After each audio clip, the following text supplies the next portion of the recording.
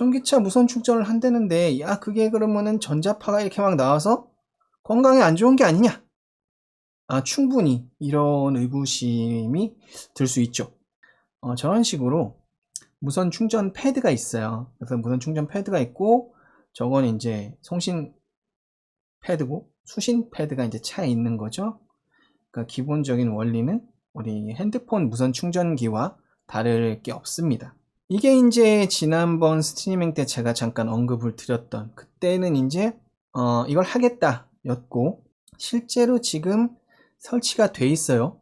자, 요게 이제 설치가 돼 있는 그런 거고, 얘가 이제 제네시스 GV60입니다. 그리고 요 설치돼 있는 요렇게 생겼죠? 얘가 이제 요런 이미지로 돼 있어요. 굉장히 고급스러워요. 제네시스는 아무래도 프리미엄 브랜드고 그런 고급스러움을 지향하는 회사이기 때문에 고급스럽습니다. 다만 이게 이때 제네시스가 최초로 양산 서비스를 하는 걸로 현대가 기획을 했으나, 그때 당시에 현대의 기사를 보고 중국의 지기 기차인가? 뭐 그런 회사에서 부랴부랴 후두룩 해가지고 서비스를 해버렸어요. 물론 걔네가 양산이라고 이제 최초 타이틀을 가져가긴 했지만, 사실상 양산된 차에 이렇게 돼가지고 바로 양산 서비스를 한 건 아닌데, 어쨌든 양산 타이틀을 가져갔다고 합니다. 그래서 제네시스로는 조금 안타깝게 됐습니다. 최초 타이틀을 놓쳐버렸어요. 아쉽게도. 하지만 지금 이미 서비스를 하고 있고요. 현재 제네시스 강남, 그리고 제네시스 수지, 그리고 현대 그 고양 모터 스튜디오에서 한 기씩 설치가 되어 있습니다. 그리고 일부 이제 그 시승 서비스를 신청했을 때도 체험을 할 수 있도록 그렇게 지금 운영을 하고 있다 그래요. 완속보다는 좀 더 빠른, 그다음 급속보다는 좀 느린. 하지만 이런 거는 이제 급속 충전의 의미가 있는 게 아니고, 주차돼 있는 동안 계속 충전이 된다라는 개념이기 때문에 전기차의 충전 인프라의 확장에 굉장히 효율적인 그런 형태입니다. 자, 볼보도 기사를 내놨어요. 볼보도 이제 무선 충전을 하겠다, 이제 업체들하고 협업을 해서 뭐 40kW까지. 이제 40kW는 엄밀히 급속 충전의 영역인데, 저게 이제 완속 충전의 영역에서 무선 충전이 돼야 되는 이유가 좀 몇 가지 있어요. 그런데 이제 유럽 브랜드들이 지금 전기차에 대한 전반적인 뭐 차 자체도 그렇고 인프라도 그렇고 이 기술 개발이 늦고 지금 발등에 불이 떨어진 상황이기 때문에 저렇게 40km, 그러니까 무선 충전을 왜 하는지 지금 이해를 못하고 일단 뱉은 것 같은데, 하여튼 뭐 업체들도 이렇게 어쨌든 따라가기 위해서 용을 쓰고 있는 그런 형국입니다. 자, 그리고 기아 소울에도 이 무선 충전 기술이 들어갈 거라고 해요. 그래서 이런 이미지가 올라왔는데, 뭐 원리는 간단합니다. 원리는 간단해요. 여기 송신 패드가 있고요. 여기 수신 패드가 있어요. 그리고 수신 패드에서 들어온 거를 뭐 레귤레이터라고 하지만, 사실상 전압 부스트를 해주는 그런 역할일 겁니다. 자, 그래서 이제 거의 모든 전기차들이, 왜냐하면 여러분 요새 가보면 이제 전기차들이 많아지기 시작했어요. 전기차가 중고차도 이제 슬슬 나오는 그런 시점입니다.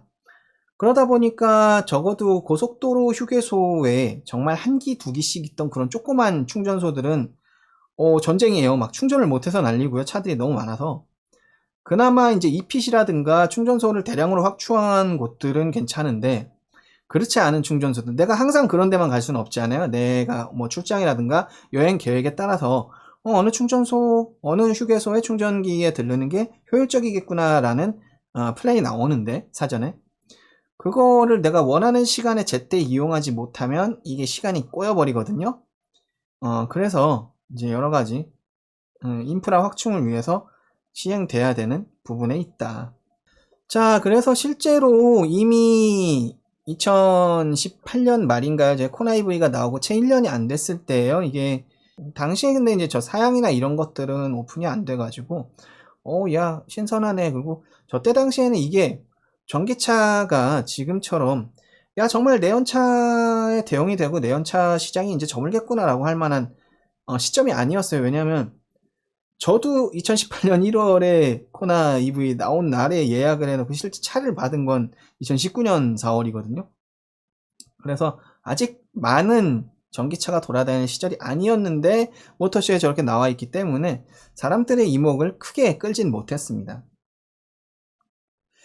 자, 그래서 이제 여러분들께서 가장 궁금한 게 뭐냐면 무선 충전을 할 때 그러면 이게 실질적으로 전자파가 나오느냐 안 나오느냐, 전자파가 나온다면 위험하냐 위험하지 않느냐, 이런 얘기들을 이제 해볼 건데요. 자, 우리가 전자기 유도 방식이라고 해서, 그러니까 여러분 그 무선 충전을 하는 데는 크게 세 가지 기술 방식이 있습니다. 그래서 그 중에 우리가 가장 많이 현재 보고 있는 것은 전자기 유도 방식이라는 거예요. 여러분 지금 갖고 있는 핸드폰은 모두 전자기 유도 방식의 무선 충전을 지원하고 있습니다. 무선 충전 같은 경우에는 이 전자기 유도 방식 이런 형태로 되어 있고요. 여기 자, 뭐 뻔하죠. 송신 코일입니다. 이 코일에서 전자기력을 방출해요. 수신 코일입니다. 그거를 흡수해요.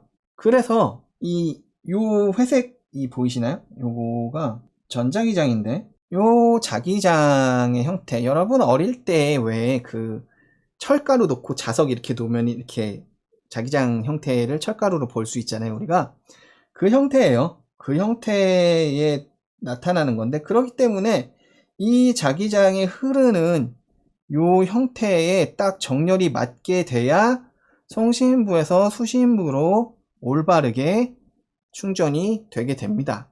그리고 전자기 공명 방식이라는 게 있어요. 이게 이제 전기차에서 쓰이는 방식이 될 겁니다. 전자기 공명 방식. 기본적인 건 같은데, 여기 뭐냐면 K는 주파수고요. 주파수 상수값을 얘기하는 거고요. D는 드레인, 이건 소스입니다. 이건 소스고요. 요게 A에서 B. A는 송신 코일이고요. B는 수신 코일입니다. 자, 그래서 근데 이제 요 소스 드레인, 얘는 뭐냐? 얘를 좀 더 확대해 볼게요. 얘를 좀 더 확대한 게 이거거든요. 자, 앞에서 본 전자기 유도 방식은 얘만 있는 거예요. 그런데 전자기 공명 방식은요, 여기 코일이 하나 더 있고요. 여기 보시면 캐패시터가 있죠. 그러면 얘가 뭐가 되냐? LC 필터가 됩니다. LC 필터가 되는데 얘의 고유 주파수를 같게 맞춰주는 거예요. 그러면 그 주파수에 해당하는 수신부에서 얘를 딱 끌어당겨서 그 맞는 주파수만 내가 가져다 쓰는 거니까 정렬이 약간은 틀어져도 크게 문제가 없는, 왜냐면 그 주파수가 맞는 거를 흡수해요. 쉽게 말하면 얘는 방사하고요, 얘는 흡수를 해요. 얘는 능동적으로 흡수를 해요. 주파수에 맞는 주파수는 내가 받아들이는 거야. 그러다 보니까 정렬이 살짝 틀어져 있어도 크게 문제가 없어요. 그래서 여러분 핸드폰 충전하실 때 보면 정렬이 틀어지면은, 조금이라도 정렬 틀어지면 충전 안 되잖아요. 하지만 얘는 정렬 약간 틀어져도 충전되는데 문제가 없고요. 효율이 그렇게 떨어지진 않습니다. 그리고 전자기 유도 방식의 경우는 그 자기장이 올라가는 두께만큼 충전이 되는 거라서 그 안을 벗어나면 충전이 안 돼요. 하지만 얘 같은 경우는 방사할 때 뭘 방사하냐? 주파수 대역을 같이 방사하기 때문에 그 주파수 대역이 도달하는 만큼 흡수할 수 있어요. 그러니까 더 거리가 길다. 그래서 이게 전자기 공명 방식의 특징이에요. 이것을 우리가 전기차의 충전 기술로서 쓰게 됩니다. 그 전자기파 방식이 있어요. 전자기파 방식은 이제 고속도로에 EV 레인이라고 해가지고 전기차가 가면 그 하단부에 전기차를 충전하기 위해 전자기파를 방사해주는 그런 라인이 생길 거예요. 실제로 이것들도 로드 테스트가 지금 되고 있습니다. 이런 방식들, 크게 세 가지 방식을 제가 간단하게 말씀드렸는데, 이 특징에 대해서 간단히 알아보면, 자, 유도 방식, 이게 제가 처음에 보여드린 거죠. 유도 방식. 자, 송수신 코일 간의 자기 유도 영상을 이용함. 전송거리 수미리 내외. 전송효율 수미리 내외에서는 90% 이상의 전송효율을 보장받을 수 있습니다. 자기 공진 방식, 이게 공명 방식이에요. 자기 공진 혹은 자기 공명이라고 해요. 그래서 송수신 공진기 간의 자기 공진 특성을 이용함. 전송거리 10m 이내. 왜? 얘의 출력에 따라 달라져. 얘의 주파수 출력에 따라. 그 소리는 뭐냐면 제 LC 주파수를 어떻게 만드느냐에 따라서 10m까지도 되고 1m도 되고 4m도 되고 이렇게 움직일 수 있다는 얘기예요. 자, 전송 효율은 1m 이내에 있다면 90% 이상의 효율을 만들어낼 수 있습니다. 전기차를 충전하는데요. 보통 전기차 그 배터리 스택 하부 쪽에 충전 패드를 놓은 거랑 이제 바닥에 충전 패드를 놨을 때 걔네들 간의 이격거리가 정말 낮은 차도 이제 규격상 12cm 이상이 돼야 될 겁니다. 아마 정확히 기억이 안 나는데. 그러니까 뭐 그 안에서는 대충 90% 이상의 효율을 보여준다는 얘기예요. 전자기파 방식. 전자기파 방식은 그냥 쫙 방사해요. 수키로 내외에서도까지 이걸 받을 수 있어요. 하지만 전송효율은 그렇게 됐을 땐 떨어진다. 물론 이 안테나의 방사 출력에 따라서 이 전송거리는 수 미터가 될 수도 수 센티미터가 될 수도 있습니다. 궁극적으로 이제 우리가 궁금한 거를 얘기해야 되죠. 궁금한 건 뭐냐? 그래서 너 계속 이제 사전 설명이 긴데 전자파 유해하냐? 자, 전자기 유도 방식. 전자기 유도 방식 이렇게 송신된 거 수신부에서 이 자기장 안에 있는 거 다 어떻게 한다고요? 흡수해요. 흡수하니까 전자파가 나오는데, 그러니까 이거는 전자파야. 어쨌든 전자파예요. 전자파가 나오는데 흡수해. 그러니까 무해하다. 무해하다. 자, 여기서 한 가지 더 말씀드릴게요. 좀 전에 그럼, 야, 너 효율이 90%라면 그럼 나머지 10% 나 흡수되는 거 아니야? 방사돼서? 그거 전자파 나오는 거 아니야? 나머지 10%? 자, 이 효율에서 빠진 10%는요, 전자파 방사가 아니고요, 열이에요, 열. 열이 납니다. 전환되지 못한 에너지는 열 에너지로 소실돼요. 열 에너지로 바뀌어요. 엄밀히 말하면 소실되는 건 아니에요. 연력학 다들 아시죠? 고립계에서 에너지 총합은 변하지 않아요. 즉, 저 90%는 송신부에서 수신부로 90%가 흡수가 되고 나머지 10%는 어떻게 된다? 송신부에서 열이 난다. 얼마만큼? 내가 방출한 에너지의 10%만큼 열이 난다.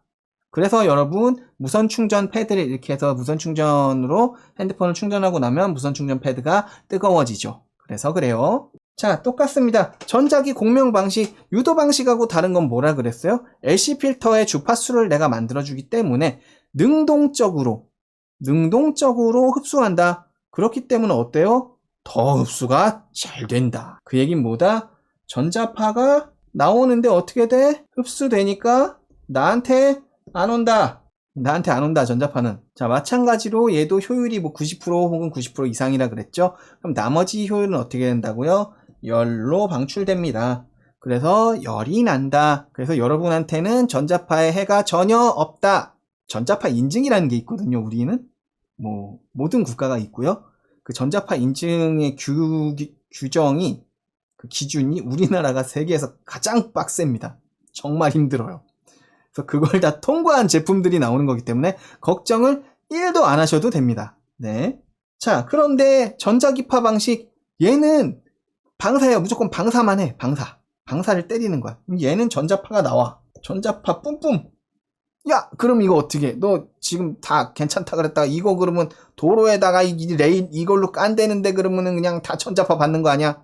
전자파 나와요. 전자파가 나오지만 어떻게 됩니까? 방사를 하더라도 이 밑에, 이 차 밑에 수신 코일이 있을 거잖아요. 얘가 흡수하죠. 방사를 표현해 볼게요. 뿅뿅, 뿅뿅뿅, 찌릿찌릿, 찌릿찌릿 이렇게 나오죠. 이 출력이 있어요. 한 뭐 50에서 60cm 정도까지만 제한하면 돼요. 야, 그러면 충전효율이 이거 전자기파 방식은 낮다 그랬는데 그러면 이거 충전하는 킬로와트가 적을 거 아니야. 그쵸? 찍어도 돼요. 왜냐고요? 여러분, 목적이 만충이 아니에요. 그쵸? 만충이 아니고 뭘까요? 주행거리 보조. 주행거리를 약간 늘려주는 수준이면 돼요. 그래서 여기에는 그렇게 큰 출력이 필요하지는 않다. 시간 주행거리에 따른 충전 효율과 증가된 그 주행거리를 지금 연구 중에 있어요. 그래서 효율이 떨어진다라고 하면 적용을 안 할 거고요. 이 공사를 해서도 효율이 충분히 의미 있는 효율 증대가 있다라고 하면 적용이 될 거예요. 그래서 이 방식은 아직 연구 중인 방식이니까 여러분이 너무 걱정하지 않으셔도 된다. 그리고 이 차체 하부가 어차피 전체적으로 우리 리튬이온 배터리를 보호하고 또 뭐 EGMP라든가 여러 플랫폼을 보셨겠지만 하부가 전부 금속으로 막혀 있죠. 금속으로 막혀 있으면 이게 뭐가 됩니까?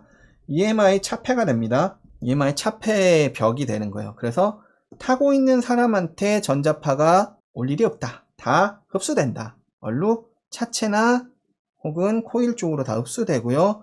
나머지 나오는 50, 60cm의 그런 것들은 뭐 요 정도니까 별로 뭐 차도 여러분 차도 그럼 내가 요 옆에 가고 있어 차가 그럼 50, 60cm 요 정도까지는 오는 거 아니야? 왼발 정도는 영향을 받는 거 아니야? 자 여러분 왼발 가기 전에 뭐가 있어요? 여기 철판 있죠? 네 거기서 차폐돼요. 그러니까 걱정이 없습니다.